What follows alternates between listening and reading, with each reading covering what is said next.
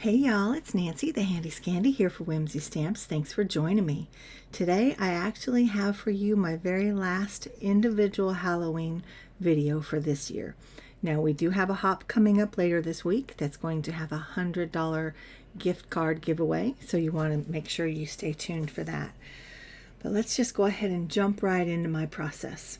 So I have the new to me Cosmic Swirl background stamp, and I thought it would be perfect for this card.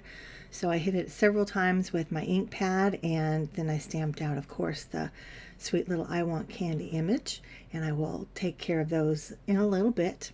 But I also have this watercolor card that's already been stenciled with texture paste. It's just sitting in my stash. Now I used the Dotty 6x9 as well as the Polka Dot Stencil, and I love the way the texture paste actually layered, because I did the Dotty first, let it dry for a little bit, then I did the Polka Dot, so I have layers of spots, and I think it's so much fun. And now to add some color, you can see that I'm using my Kuretake Gonzai Tombi. I always get all that confused. I feel like I'm saying the words in the wrong order. Anyway, my new to me watercolor palette, and I'm loving this kind of bright kind of, it's I guess it's like a citron green as well as then kind of the lime green, and just wanted to have a little bit of differentiation in that. And the colors dry back. They dry back quite a bit, but I'm going to have a green and purple color scheme. And so if you know anything about green and purple, green and red, green and pink, green and orange, all those that have reds in them, they can really create mud. I often say I embrace the mud. I'm not afraid of mud, but I wanted my colors to stay pretty vibrant. So I'm drying in between layers, and then of course I have to hit it with water to get the colors to blend and move and that kind of thing. But I also try to be really careful and dab up the areas where it becomes too muddy. Now if I had been able to just leave it stationary, I don't think I would have had quite as much mud, but I end up picking it up. And you can see where it's getting a little bit muddy there in the top middle. But I just dab up those muddy areas, or at least the areas that are muddier than what I want. And here I was trying just to dab some water on instead of spraying it, but it just wasn't working. Operator error, I'm sure. But anyway, I really like the way this turns out in the end. And again, I'm not afraid of mud. I just wanted my colors to be more vibrant. And I feel like in the end they are, even though there's some muddy areas and even though that they dry back quite a bit. I am really, really kind of loving this panel. And, you know, I'm all about grunge and I'm all about layers and the mixed media. And so for some, this might be too much already. If you are going to make a card like this, you can stop at any point, right? You don't have to mix colors or add colors that will potentially be muddy. You can choose any kind of color scheme that you want. But whatever you do, I encourage you to dry in between. That just makes sense. Now here I am bringing in my brayer, and I'm using some white acrylic paint just to add some more.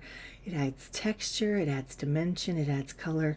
And the real purpose for me doing this today was that I wanted to be able to see those dots, the big dots, the small dots. I wanted them to be more prominent.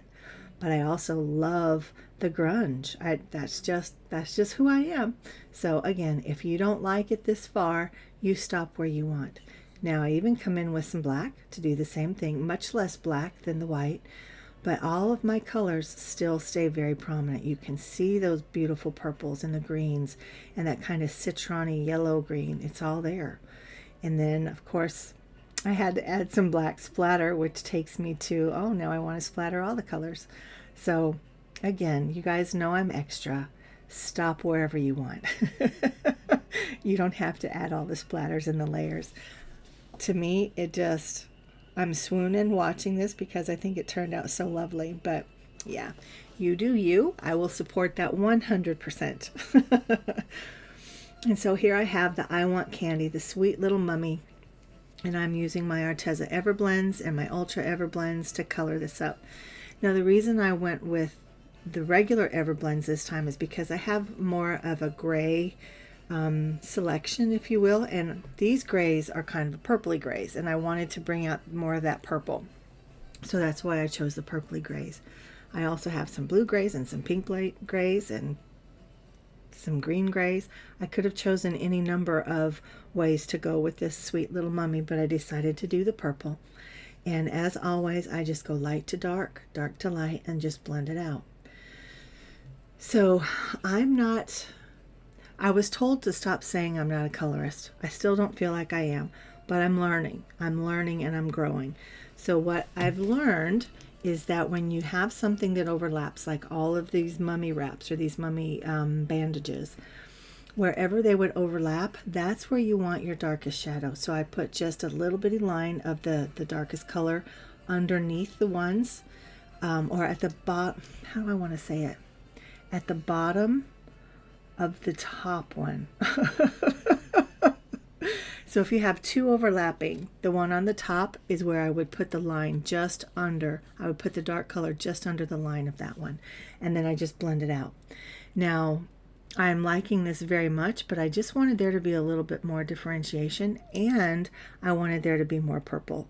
So I come in here in a little bit with a darker purple, and really in the moment I thought I had ruined it because it's too dark of a purple and it doesn't blend out all the way. In the end, because I trusted the process and I just kept going, I trusted myself, and again, I just kept going, blending, blending, blending. And did it fully blend out? No, and you'll see here in just a little bit. But I think in the end it works. And maybe because it's Halloween, and maybe because it's a mummy and we're going for kind of a grungy, tattered look. I don't know. But again, just learning, just trying. If you wonder, what if? I wonder what would happen. Give it a try. I mean, in the end, it's just paper, right? You know, we want to be, good stewards of our money. We want to be good stewards of our supplies and that type of thing. But you just have to try. Use the paper that's not the good paper. Don't use the Nina. Use just maybe some copy paper or something. I don't know. But trust yourself. Allow yourself grace and room to try, to explore. If it doesn't work, it doesn't work. You learned what didn't work, and there's value in that. So just play. So you can see how it's gotten pretty dark and pretty grungy, but again, I'm not mad about it. So then, of course, fussy cut. I don't know, to be honest, if there are dies for this particular set. I don't think so, but I am kind of a fussy cutting fool, just keeping in mind that you want to turn your scissor more than you want to turn your image. And then I use the mini slim tag die set to cut the watercolor panel into a tag, as you can see. And then I have the whole reinforcers as well cut out in black, just to pull out some of that black. And I'm going to layer it, and you just saw me using my my trimmer just to cut that out, and I just kind of eyeballed it. And then I will use a hole punch to cut a hole into the black one, and I do the same with a small black tag as well. And that black was just I had a little tag that I had picked up some ink from my glass mat on, and it just became this kind of grungy gray black tag, and that's what I used for I use it for my sentiment. And I add just a little bit of black twine into both of them, both of the tags, the big one and the small one. And then here is where my Cosmic Swirl makes a reappearance. So I trimmed it down, and of course you saw that I did just some simple ink blending with the residual ink that was in that brush. Of course that was oxide, so all of my oxide brushes are those brown and black ones. And then of course I did the splatter on the Cosmic Swirl. Now that black stripe over on the left, that serves several purposes. One, it adds an interesting detail. Two, it highlights the Cosmic Swirl panel. And three, it kind of tells the eye where to stop. Just like the tag on the right, see, it extends beyond the Cosmic Swirl panel as well. So the black stripe on the left and the black stripe on the right tells the eye, these are the boundaries of this card. This is where your eye stops. And so the tag is lifted up on some double-sided foam tape, as well as the panel that the mummy is on and the mummy itself. All of those are up on some foam tape. Now, I wasn't sure with this little tag what I wanted to do with it, but I ended up just keeping it level, kind of centered in the middle of the other tag, or the other panel. I don't know, the little rectangle that the mummy's on. And then of course you can see that I have the Nouveau, the Nouveau crystal drops just to add some added dimension and texture to the candy and the mummy's eyes and the word candy as well. Now those little black dots, those were the inside of the hole reinforcers, and they were just sitting on my desk, and I thought, oh, I want to use those, so I'm glad that I did. And of course I trimmed off that excess, and here's my card. What do you guys think? Tell me if it's too grungy for you.